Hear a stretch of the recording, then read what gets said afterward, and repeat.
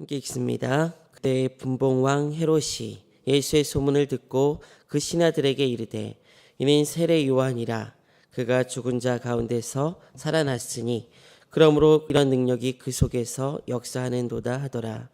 전에 헤롯이 그 동생 빌립의 아내 헤로디아의 일로 요한을 잡아 결박하여 옥에 가두었으니 이는 요한이 헤롯에게 말하되 당신이 그 여자를 차지한 것이 옳지 않다 하였음이라. 헤롯이 요한을 죽이려 하되 무리가 그를 선지자로 여김으로 그들을 두려워하더니 마침 헤롯의 생일이 되어 헤로디아의 딸이 연석 가운데서 춤을 추어 헤롯을 기쁘게 하니 헤롯이 맹세로 그에게 무엇이든지 달라는 대로 주겠다고 약속하거늘 그가 제 어머니의 시킴을 듣고 이르되 세례 요한의 머리를 소반에 얹어 여기서 내게 주소서 하니 왕이 근심하나 자기가 맹세한 것과 그 함께 앉은 사람들 때문에 주라 명하고 사람을 보내어 옥에서 요한의 목을 베어 그 머리를 소반에 얹어서 그 소녀에게 주니 그가 자기 어머니에게로 가져가니라. 요한의 제자들이 와서 시체를 가져가 장사하고 가서 예수께 아뢰니라.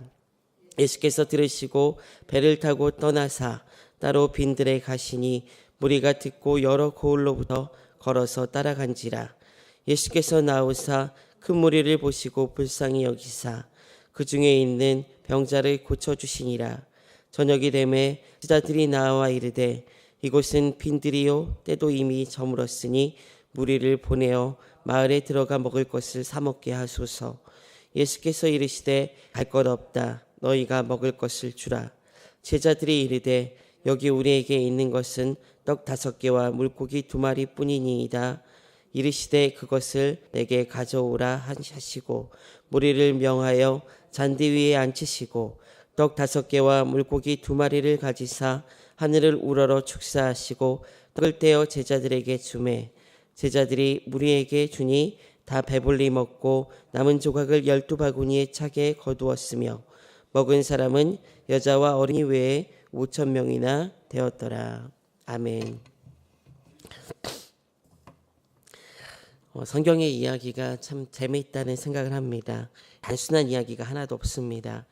오늘 우리가 읽은 이 오병이어도 이어 사건도 단순하게 주님께서 배고픈 사람들을 먹이기 위해서 물고기 2마리와 보리떡 5개로 그 배고픈 무리들에게 먹을 것을 주시기 위해서 일으키신 사건은 결코 아닙니다.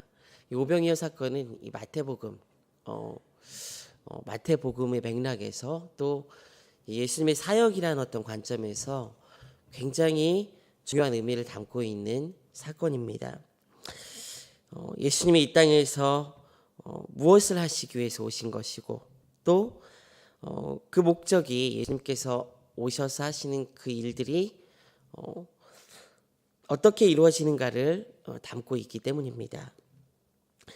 이 오병이어 사건의 의미는 먼저 무엇이냐면은 이 오병이어 사건 자체가 천국 잔치를 의미하는 사건입니다.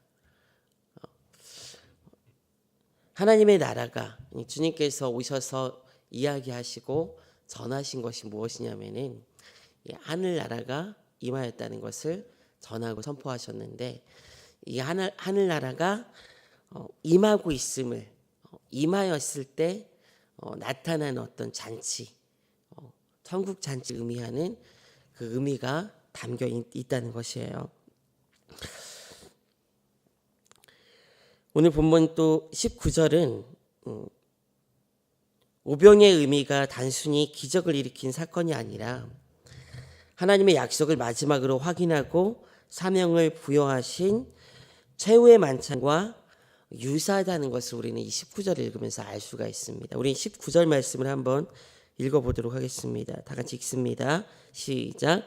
무리를 명하여 잔디 위에 앉히시고 떡 5개와 물고기 2마리를 가지사 하늘을 우러러 축사하시고 떡을 떼어 제자들에게 주시매 제자들이 무리에게 주니라고 되어 있습니다. 여기 보면은 최후의 만찬에 나온 그 이야기를 최후의 만찬과 굉장히 유사한 표현을 5가지나 찾아볼 수가 있습니다. 그것이 무엇이냐면은 동사에 나와 있어요. 잔디 위에 앉히시고, 이 앉히다는 말은 그냥 넓은 광야 같은 데나 아니면은 뭐 풀밭 같은데 그냥 털썩 주저앉은 걸 의미하는 게 아닙니다. 어떤 것이냐면 식사 자리에서 당시 사람들이 식사를 어떻게 했냐면은 이렇게 몸을 뉘어가지고 바닥에 뉘어가지고 기대어서 앉았어요. 그리고 음식들을 이렇게 돌려가면서 나누었습니다. 최후의 만찬 때 예수님께서 그림을 보게 되면은 이 만찬의 자리가 뭐냐면은 이렇게 막 큰 상에 이렇게 앉아 있는 것처럼 이렇게 그림은 이렇게 표시돼 있잖아요. 그림은 그렇게 그려진 그림들이 있잖아요. 이게 최후의 만찬이다라고 우리는 생각합니다. 당시 실제적으로 만찬을 나눴던 사람들이 어떻게 했냐면은 방 안에 앉았을 때 기대어서 앉았어요. 편하게 앉았어요. 그리고 음식들을 나누어서 먹었습니다. 떡도 이렇게 돌려가면서 떼고, 우리는 성찬할 때 다 이렇게 준비된 떡도 다 자르고 빵 같은 걸로 다 자르고 해가지고 성찬을 하죠, 보통요. 그런데 당시의 떡들은 어떤 것이냐면은 떼어서 먹는 거예요. 떼어서 먹을 수 있게 준비가 됐습니다. 그래서 어떤 교회들은 지금도 가게 되면 성찬을 할 때 무교병으로 만들어요. 진화로요. 안 들어가게 누르기. 그리고 그걸 떼어서 먹을 수 있게 돌립니다. 이렇게. 그런 교회들도 있어요.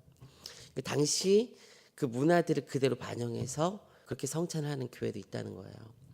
근데 어쨌든 이 앉히다라는 이 단어가 기대어서 앉아서 먹는 그 상태를 얘기하고 있는 거예요. 그리고 뿐만 아니라 이제 우러러 축사하시고 떼어 주다라는 얘기가 있습니다. 예수님께서 이 오병이어 물고기 2마리와 보리떡 5개에 대해서 축사하실 때 하늘 우러러 축사하시고 떼어서 주다. 이 표현도 전부 다 뭐냐면은 최후의 만찬에 예수님께서 제자들과 만찬을 나눌 때 썼던 단어가 그대로 사용되고 있다는 겁니다. 이 마태복음은 굉장히 마태가 이 마태복음서라는 이 복음서 안에서 굉장히 문학적인 기교를 많이 사용해서 마태복음을 써내렸습니다. 굉장히 구조적으로도 잘 짜여진 복음서가 마태복음이에요. 그래서 최후의 만찬과 유사한 단어를 사용해서 이 오병이어 사건을 기술한 것은 이 오병이어 사건과 최후의 만찬이 굉장히 밀접한 연관성이 있다는 것을 이야기를 하고 있는 것입니다. 만찬이라는 것은 여러분 무엇을 의미하는 것일까요? 만찬.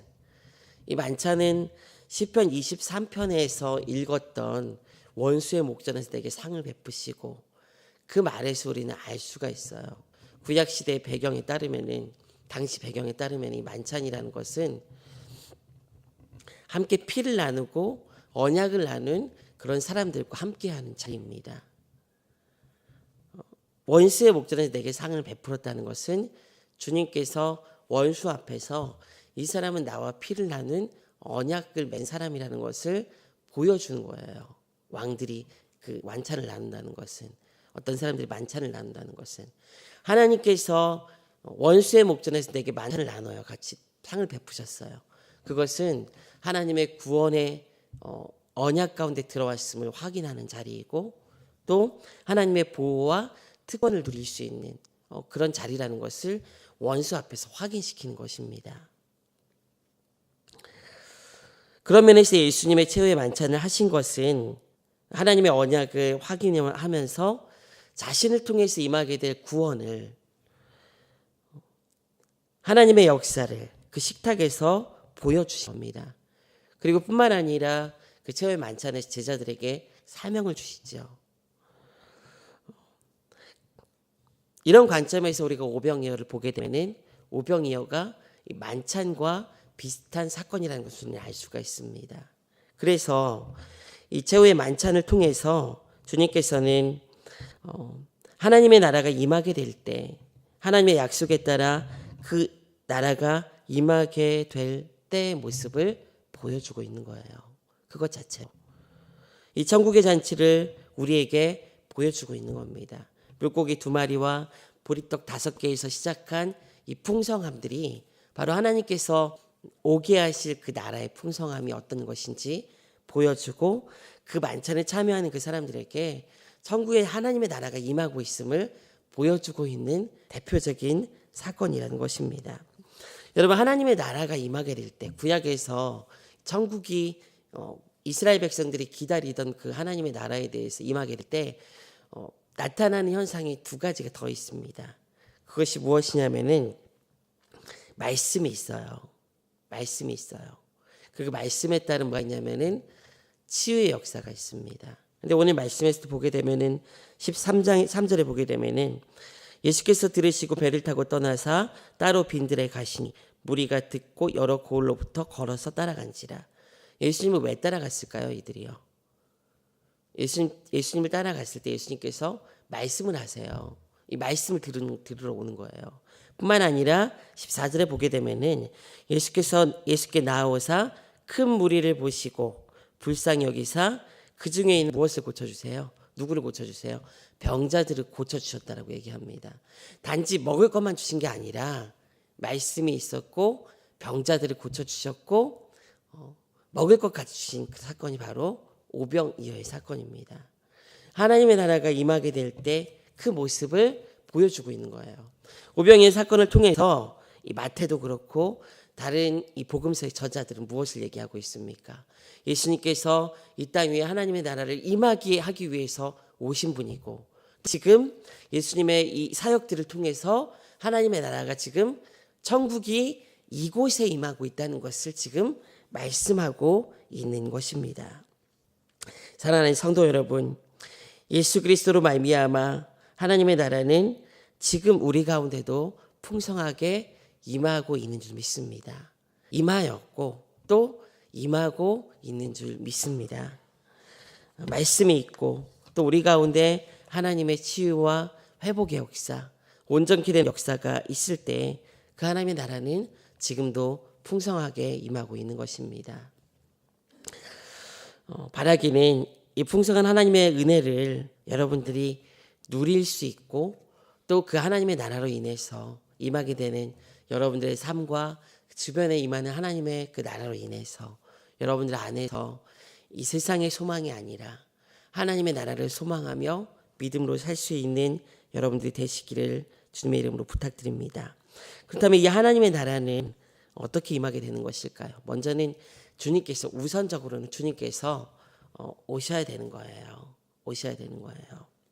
그런데 우리 편에서는 주님의 나라가 임하기 위해서 우리에게 필요한 것이 하나 있습니다. 오늘 말씀 앞에서 예수님께서는 고향에서 배척을 받으세요. 앞서 보게 되면요. 그래서 그곳에서는 기적이 일어나지 않았습니다. 그래서 예수님께서도 별 말씀을 하지 않으셨어요. 그곳에서 고향에서. 왜 주님께서 기적을 행하지 않으시고 별로 말씀하지 않으셨을까요? 고향에서.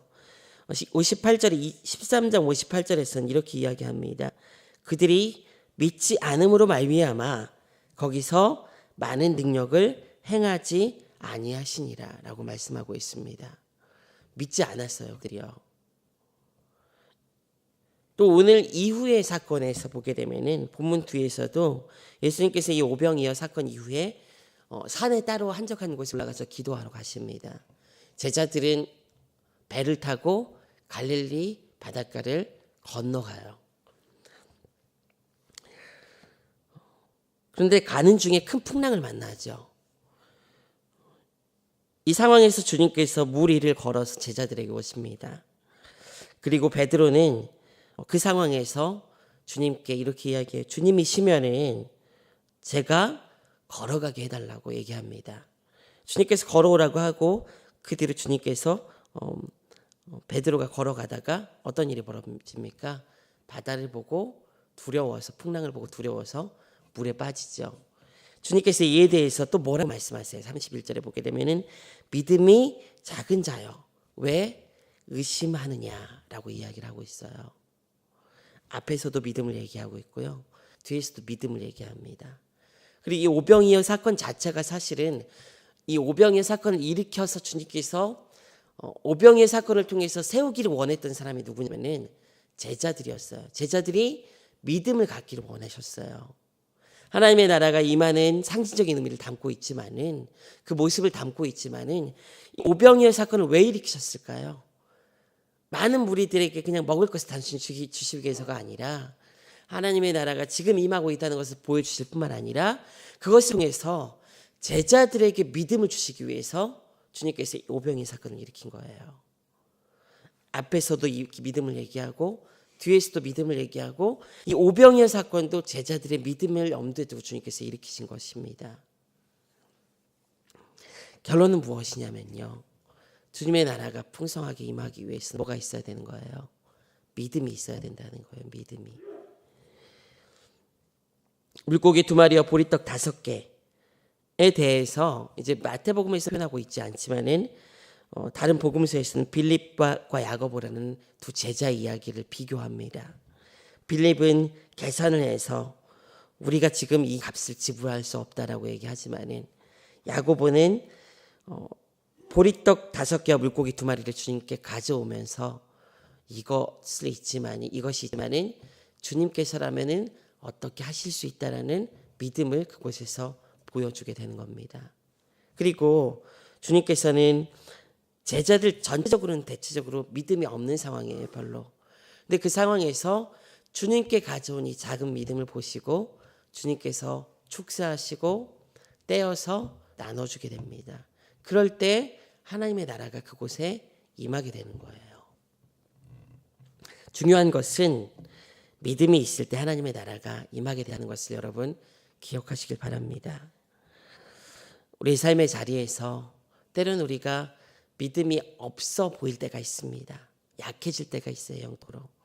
그럴 때조차도 주님, 믿음 없음을 도와주소서라고 고백했던 어떤 사람처럼 작은 믿음이라도 주님께 가지고 나아갈 때 주님께서는 그 믿음을 보시고 주님의 나라가 우리 가운데 풍성하게 임하게 하시는 것입니다.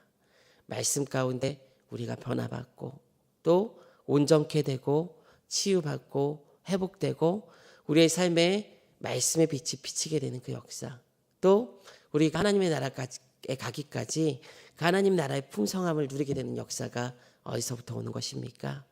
믿음에서부터 온다는 것을 꼭 기억하시길 바랍니다. 모든 상황에서 주님을 바라볼 때 그 주님 앞에 내가 가진 것, 내가 할 수 있는 초라한 것이라도 가지고 나아갈 때, 그때 하나님의 나라는 주님의 축사와 떼어서 나눠주시는 그 역사를 통해서 우리의 삶에 풍성하게 임하게 됩니다. 믿음으로 주님을 바라볼 수 있는 여러분이 되시길 원합니다. 그래서 그 믿음으로 여러분들의 삶에 풍성하게 날마다 매 순간마다 그 하나님의 나라의 은혜를 누릴 수 있는 은혜가 있기를 주님의 이름으로 축원드립니다. 우리 같이 기도하도록 하겠습니다. 하나님, 감사합니다. 지금도 오병이어와 같이 사건과 같이 하나님께서 이 땅에 주님의 나라가 임하게 하고 계시는 줄 믿습니다. 예수 그리스도의 십자가의 사건으로 말미암아 주님께서 오심으로 말미암아 이 땅에 주님의 나라가 임했고, 지금도 주님의 그 말씀과 역사를 통하여 우리 삶의 자리에서 우리 교회, 이 나라와 민족 가운데, 세계 열방 가운데 주님의 나라가 풍성하게 임하고 있는 줄 믿습니다. 주님, 그 나라가 임하는 역사 가운데 주님께서 우리에게 요구하시는 그 믿음의 모습을 통하여 우리의 인생을 통하여 그 믿음으로 말미암아 주님의 나라가 임하는 것을 보게 하시고 알게 하시고 경험하게 하시고 그 은혜의 기쁨들을 누릴 수 있는 복된 인생들이 될 수 있도록 축복하시고 함께하여 주시옵소서. 감사드리며 예수 그리스도의 이름으로 기도드리옵나이다. 아멘.